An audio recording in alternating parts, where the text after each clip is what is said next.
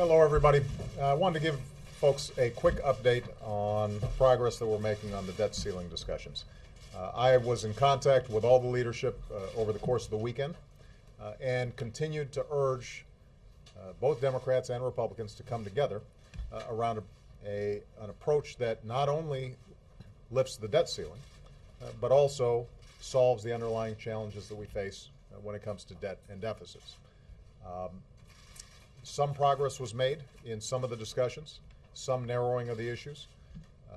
Speaker Boehner and the Republican House caucus felt it necessary to put forward the plan that they're going to be voting on today. I think everyone's estimation is that that is not an approach that could pass both chambers. It's not an approach that I would sign, and it's not balanced. But I understand the need for them to test that proposition. The problem we have now is we're in the 11th hour, and we don't have a lot more time left.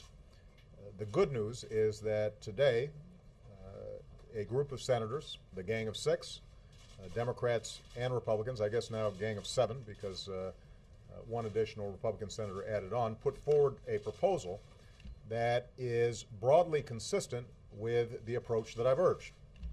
What it says is we've got to be serious about reducing discretionary spending, both in domestic spending and defense.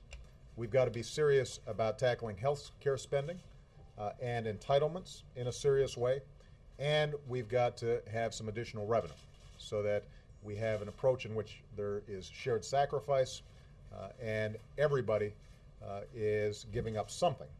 And so for us to see Democratic senators acknowledge that we've got to deal with our long-term debt problems that arise out of our various entitlement programs, and for Republican senators to acknowledge that revenues will have to be part of a balanced package that makes sure that nobody is disproportionately hurt from us making progress on the debt and deficits, I think is a very significant step. And as I said, the framework that they put forward is broadly consistent with what we've been working on here in the White House and with the presentations that I've made to the leadership when they've come over here. So here's where we stand. We have a Democratic president and administration that is prepared to sign a tough package that includes both spending cuts, modifications to Social Security, Medicaid, and Medicare that would strengthen those systems and allow them to move forward, and would include a revenue component. We now have a bipartisan group of senators who agree with that balanced approach. And we've got the American people who agree with that balanced approach.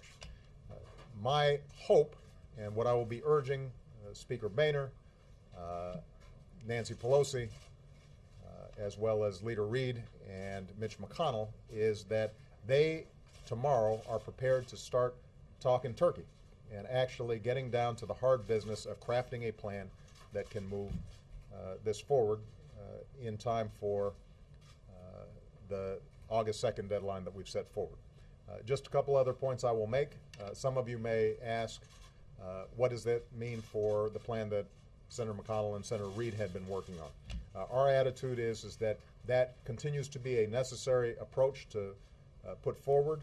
In the event that we don't get an agreement, at minimum, we've got to raise the debt ceiling. So that's the bare minimum that has to be achieved, but we continue to believe that we can achieve more. And so I want to congratulate the Gang of Six for coming up with a plan that I think is balanced.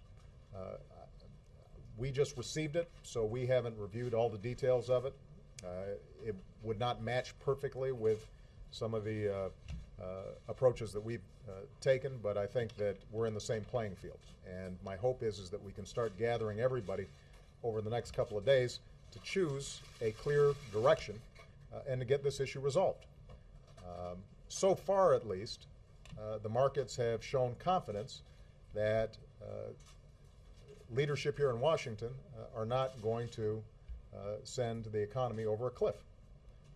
But if we continue to go through a lot of political posturing, if both sides continue to be dug in, if we don't have a basic spirit of cooperation that allows us to rise above immediate election year politics and actually solve problems, then I think markets here, the American people, and the international community are going to start reacting adversely fairly quickly. So I think it's very important for in these next couple of days to understand we don't have any more time to engage in symbolic gestures. We don't have any more time to posture.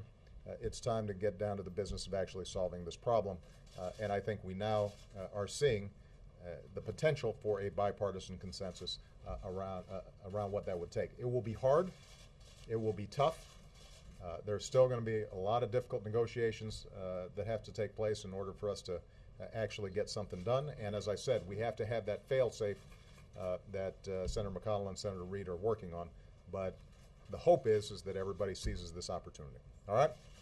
Okay, guys, I'm going to let Jay answer questions today. I think I've been pretty good to you guys. But after the votes today in the House, I'll call up Speaker Boehner and the other leadership, and we'll arrange for times where we bring folks back here. And hopefully, we'll be able to report on some additional progress over the next few days. All right? Thank you very much, guys. Supporting the Gang of Six plan? Would that be in the next day? Well, as I said, I think what you're going to be seeing is an evaluation of that plan versus the things that we've been looking at. I think what you're going to see is some significant overlap. But obviously, just because we might agree in principle with a range of issues with 6 senators or 7 senators, that doesn't get us out of the House of Representatives. That doesn't get us out of the Senate. There's going to have to be a broader agreement on the part of all the leadership that we're going to get this done in a serious way, and we've got a tight deadline to do it. All right? Thanks, guys.